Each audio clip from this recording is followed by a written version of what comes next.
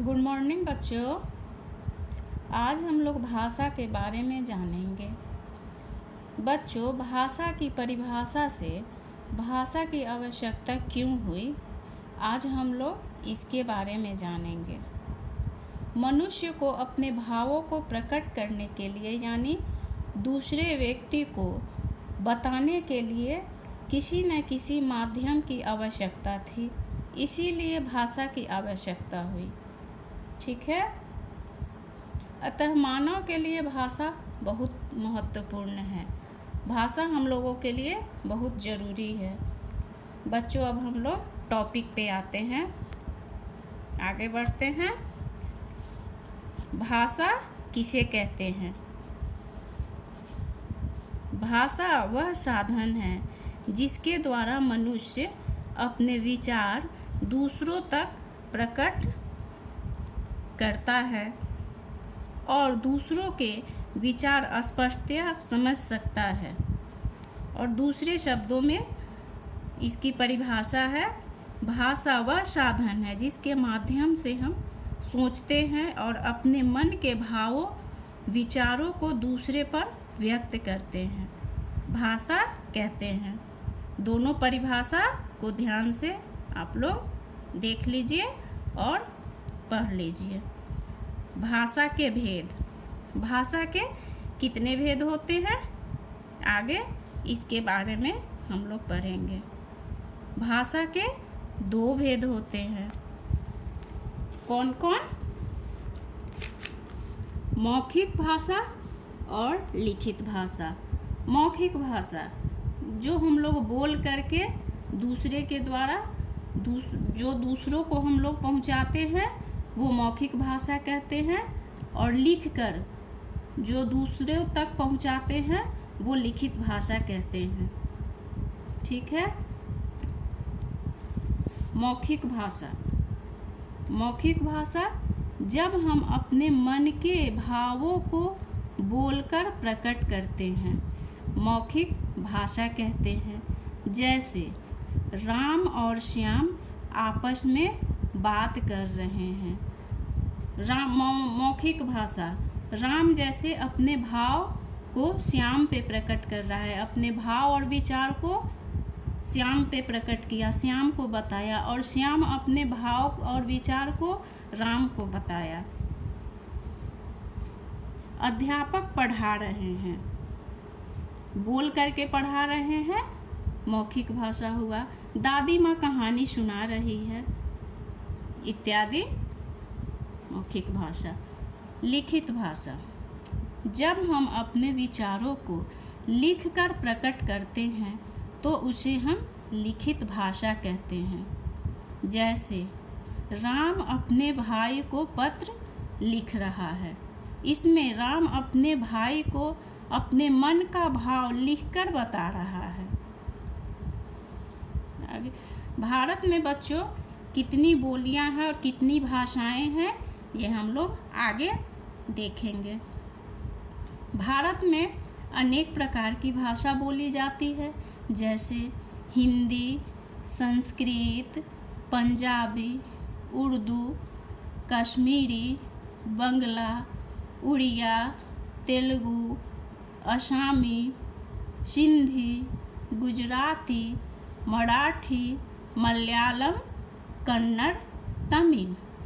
ये सबको याद कर लीजिएगा बच्चों, ये भाषा है। संस्कृत भाषा से ही हिंदी भाषा का जन्म हुआ। हिंदी और संस्कृत दोनों का भाषा जो है वो मिलता जुलता होता है, दोनों में थोड़ा बहुत अंतर रहता है, बाकी थोड़ा बहुत मिलता ही है। आगे, 14 सितंबर 1949 को हिंदी संविधान में भारत की राजभाषा स्वीकार की गई। भारत के अधिकांश हिस्सों में यह भाषा बोली और समझी जाती है। हिंदी मानक भाषा की 5 उपभाषाएं तथा 18 बोलियां हैं। ये सब हिंदी है। यहाँ कौन कौन सी बोली बोली जाती है, आइए हम बताते हैं। 5 उपभाषा है और इनकी 18 बोलियां हैं। इसको हम अभी बता दे रहे हैं। पूर्वी हिंदी, अवधी हिंदी, बहेली हिंदी, छत्तीसगढ़ी हिंदी, ये यहाँ की भाषा है। राजस्थानी हिंदी, जयपुरी हिंदी, मारवाड़ी हिंदी, मेवती हिंदी, मालवी हिंदी, यहाँ ये हिंदी बोली जाती है। पहाड़ी हिंदी, गढ़वाली हिंदी, कुमाऊनी हिंदी, हिमाचली हिंदी। अब हम लोगों के बिहारी हिंदी में आ जाइए क्या क्या होता है। भोजपुरी, मैथिली, मगही ये बोली जाती है। पश्चिमी हिंदी, रबड़ी बोली, हरियाणवी, कन्नौजी, ब्रज भाषा, ये यहाँ की उपभाषा में ये बोली जाती है। ठीक है। अब बोली क्या होता है ये देखिए। बोली भाषा का क्षेत्रीय रूप होती है। भाषा व्याकरण पर आधारित होता है। जब तक हम लोगों का व्याकरण अच्छा नहीं होगा, हम लोगों का भाषा अच्छा नहीं रहेगा। भाषा अच्छा करने के लिए हम लोगों का व्याकरण मजबूत होना बहुत ज़रूरी है, परंतु बोली नहीं। भाषा उच्च शिक्षा का माध्यम होती है। देखिए यहीं पे दिया गया है कि भाषा उच्च शिक्षा का माध्यम। जितना अच्छा हम लोगों का भाषा रहेगा उतना शिक्षा हम लोगों का ऊंचा उठेगा। परंतु बोली लोक साहित्य, लोकगीत एवं बोलचाल तक ही सीमित रह जाती है। ठीक है। लिपि, थोड़ा बहुत लिपि के बारे में जान जाते हैं हम लोग। भाषा को लिखने के लिए निर्धारित किए गए चिन्ह लिपि कहलाते हैं। हिंदी भाषा की लिपि देवनागरी है। हिंदी भाषा की क्या है? देवनागरी है। हिंदी भाषा की लिपि देवनागरी होती है। अब बच्चों यहाँ पे कुछ हम लोगों का अभ्यास प्रश्न है जो आप लोगों को बना लीजिएगा। इसको थोड़ा देख लीजिएगा।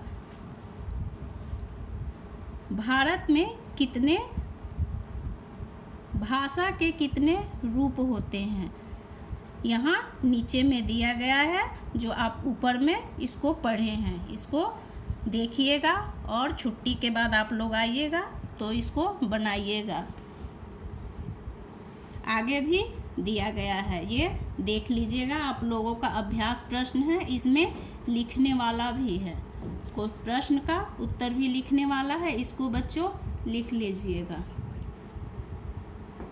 प्रश्न है, भाषा किसे कहते हैं?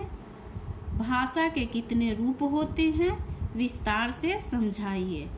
तीसरा प्रश्न है, भारत में कितनी भाषाएं बोली जाती है? इसको भी लिखना है।